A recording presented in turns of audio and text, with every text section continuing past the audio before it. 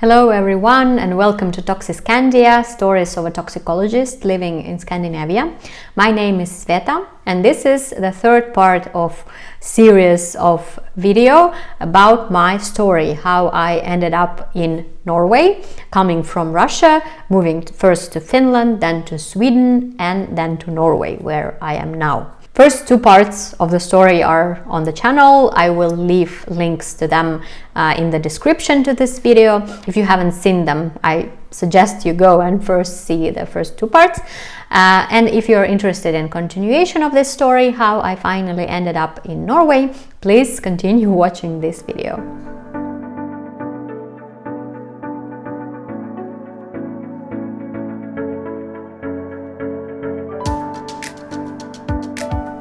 Just to remind you and sum up a little bit things that I talked about in previous videos, I've been born and raised in Russia and have even got a university degree there, which is not related to toxicology at all. It is a Russian language and literature. And then when I was 21, I moved to Finland and started over. I started with a whole new education, biomedical laboratory scientist, a bachelor's degree, Bachelor of Healthcare.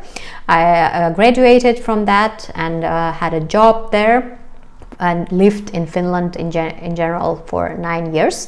And after that I went to Sweden. For reasons why I did that, please watch first and second video. Second video is about Sweden, but I ended up getting masters in toxicology from Karolinska Institutet in Sweden, in Stockholm. It's also worth mentioning that I've been doing all this moving with my husband Ivan, who was the reason why we first moved to Finland, because he went to do his PhD there and then worked in his field for a while. And then he got a job in Sweden, which required that we will be there for a year and a half, and that's why we went to Sweden. And I also got my master's degree meanwhile. And the last semester of my master's degree, which is 2 years, I had to do my master's project. It was the whole semester of a master's project. So it has to be either something literature-based, not practical, or lab-related, like done in vitro or with some animals. During the third semester, when I was still in Sweden, we had to find our master's project, and I already knew that I will go to Norway. I applied to an exchange semester. So the process was already going on, and at some point I got accepted to Bergen University, and we chose Bergen, me and my husband, because he could go there and work on a book with his colleagues, so he had something to do there, and I could go and work on my master's project. The first challenge was to find the master's project, because it's a bit unclear. I don't know if it's unclear everywhere, but in Swedish university it was super unclear, at least for me, at least for those who were going on exchange, because those who were staying in Sweden, they had some opportunities advertised to them. We had some seminars with people coming from industry, from different labs, advertising their potential projects, and people could apply to them. And since I was going to Norway, I didn't have anyone advertising anything to me, and it was a bit unclear to me if someone is going to suggest anything. Like, since I'm going on exchange, maybe there will be something coming from that side, from Norwegian side, but nothing came in the end. And I was trying to find out if I need to do something right now or if I just need to wait, but no one responded. That was quite annoying, actually. So in September, October, I think in September mostly, I decided that, okay, I need to do something, because my project starts in December and I still don't have anything. I just know that I'm going to Bergen University. So I tried to find out what's out there. So I just Googled all the places, faculties, labs, departments that there are there in Bergen University, trying to find out what they are doing, trying to find out who's responsible for each project, trying to find something related to toxicology, because they actually have a department of environmental toxicology, but it's completely different from human toxicology, what I was doing at Karolinska. So environmental side has not been very interesting to me, and it was not also related to my field, so I needed to find out something else, somewhere else, which would be related to toxicology. So I actually found one project, very interesting one, in pediatric leukemia, that was testing some new drugs and toxic effects of these drugs. So I was really excited. I emailed the guy responsible for that project. He responded to me that he need to check this out, and then it was put on a pause for a bit. And then I continued finding different places, and another project that I found was on Faculty of Biological Sciences, so it was actually very biological department, but they had one direction of research related to natural toxins coming from algae in the sea, in the ocean, and this algae are excreting a toxin that is called BMA that we called it, this toxin might be related to some neurodegenerative diseases such as ALS. ALS was the disease I was finally mostly focused on. It is a disease that Stephen Hawking had. So this was another option, and when I emailed the lady who was there in charge of this project, she replied immediately, and we started emailing each other. She was quite eager to get me, as I understood at that time. So she just started suggesting what I could do there and how it could have been. So I realized that, yeah, I could actually do that, although it was maybe not the most exciting thing for me. So maybe it's the choice that I have to make. So finally, at the beginning of October, I think, it was confirmed that I will be doing that project in Bergen University.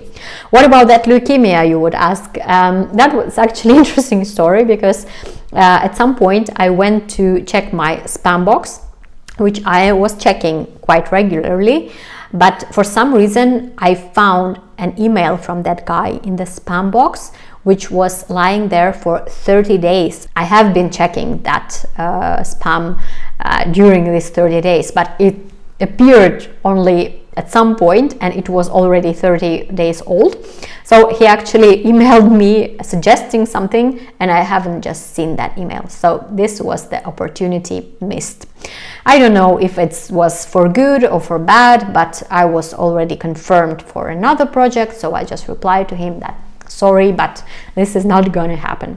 So I was preparing myself to go to do my master's project in Bergen. We were moving out of Sweden from Uppsala. It happened in December, middle of December.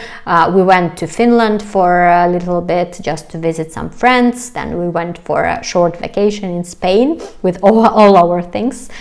Okay, not all the things, because most of the things went to Bergen in a van, but we had some suitcases still, a lot of them, so we went with them to Finland first, then to Spain. Then on the 1st of January we finally moved to Bergen.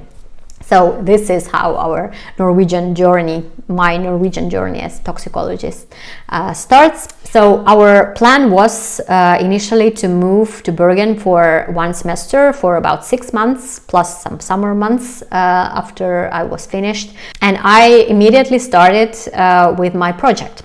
So this was actually very challenging to me, because I had to work with zebrafish, so with animals, with fish, this small fish that is very often used for different kinds of research. This fish is used as a model also for human diseases. So I was interested in human ALS, but zebrafish was used as a model. Genetics of these neurodegenerative diseases in zebrafish is somehow very similar to human, so then we can use it as a model actually. So for me it was first to learn how to work with zebrafish. It was all new to me. I had never worked with animals or with fish, only just had some lab lessons with mice and rats at Karolinska, but never did anything like on a daily basis. But they introduced me quite quickly to everything, and I started, I think, on week 2 already doing everything by myself. So I planned the project, I did some in vitro things, I also did a lot of stuff with zebrafish. It was quite challenging because I depended on the eggs. I didn't actually work on fish, but on their eggs and larvae. So I depended on these eggs to be laid, and this zebrafish that I got, they didn't want to lay eggs, so this was quite problematic. I had only one female that was very good in laying eggs, so I tried to pair her with different males. She was laying these eggs, so then I thought about that all the eggs are coming from one female. That's not good actually, so I tried to get something from other females. They gave me a little bit but not much, so it was all quite messy in the beginning, at least I should say. But work was going on and I did a lot of lab stuff, and finally I managed to make a project out of it to write my thesis, and it was actually quite good. I passed with distinction, so it was in the end a happy end. Also, as you might know, January 2022, when we moved to Bergen, is preceding February 2022, where the Ukrainian-Russian war started. So this was a really hard and tough time for us, because we were, of course, affected emotionally, psychologically a lot. We're not affected directly, fortunately, so there was no family there struggling or anything, but of course it was very hard in a psychological way. So to distract myself from this, and also because I was a bit panicking in February, March, how I was going to find a job, would this situation affect my chances somehow? So I really focused on finding a job as well. So I was doing my project, and as a second job, basically, I was searching for a job. And I was panicking so much, so I was considering everything. So I was also considering PhDs and jobs in companies, and I even almost got one PhD position. I had in interviews. I went to the last stage, and then they chose another person. There was a choice between two. So at this point I realized that, okay, maybe I don't really want to do a PhD. Why on heavens I have applied in the first place? Because it's not really something I'm good at, research and science. After working with zebrafish, after all the challenges I faced, all the uncertainty with research, no, I decided that I don't really want to do that. So I didn't actually apply to anything else after I got rejected from that. But I applied for other jobs. I had some interviews, so it was quite busy months. I think 2 months. It was really applying interviews and stuff like that. And there was one job I applied in Bergen, actually in Norway. So it's a company working all over Norway. They also had an office in Bergen. It's a very huge company.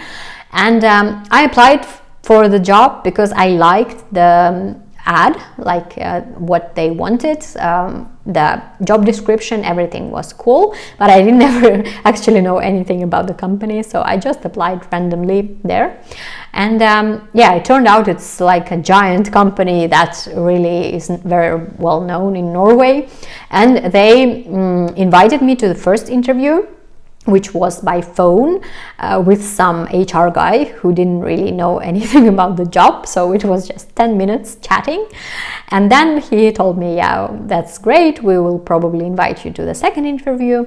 And the second interview was actually with people that are doing that job. So it was a very interesting talk, like an hour and a half. We were really discussing stuff like toxicology and things related to that. So it was really a cool interview, and I enjoyed that. Yeah, I was of course scared and nervous, but I enjoyed talking to them.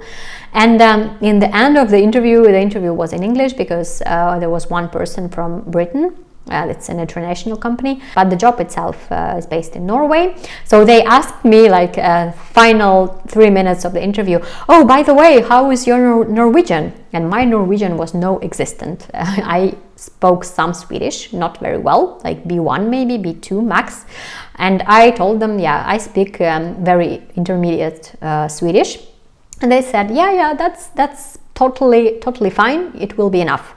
And in the job description only English was mandatory, not Norwegian.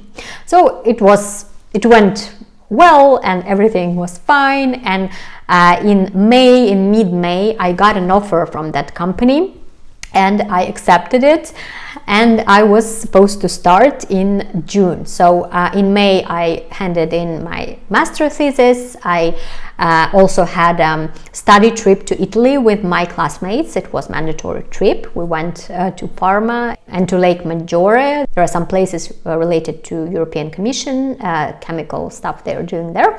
So we went there for a week. Then I was actually away for 3 weeks because I also went to Stockholm for thesis defenses for mine and for my classmates. And then I graduated. Finally, I got my diploma. Came back to Bergen. I had 1 week off, and then I started my job. And when I started it, it turned out that Norwegian is really necessary. So you actually work in a team of all Norwegians. They don't really want to switch to English, although they would, of course, if you ask them, but it was natural for them to talk Norwegian, to speak Norwegian all the time. So I actually had to learn myself some Norwegian. And in the next video I will tell you how my first months at my job went, because it was quite stressful, quite intense for me, not only with the new job but also with this language barrier, and how I finally managed to learn Norwegian. And now I work with Norwegian. I speak it every time. I speak about work stuff in Norwegian, although I'm still not very good at it, but still I manage somehow. And I've been working there for almost 2 years, so it has been quite successful thing for me. So if you are interested to learn how I managed, please subscribe to my channel. Please hit the notification button, then you will get notifications about my new videos, also about the next video about my job in Norway.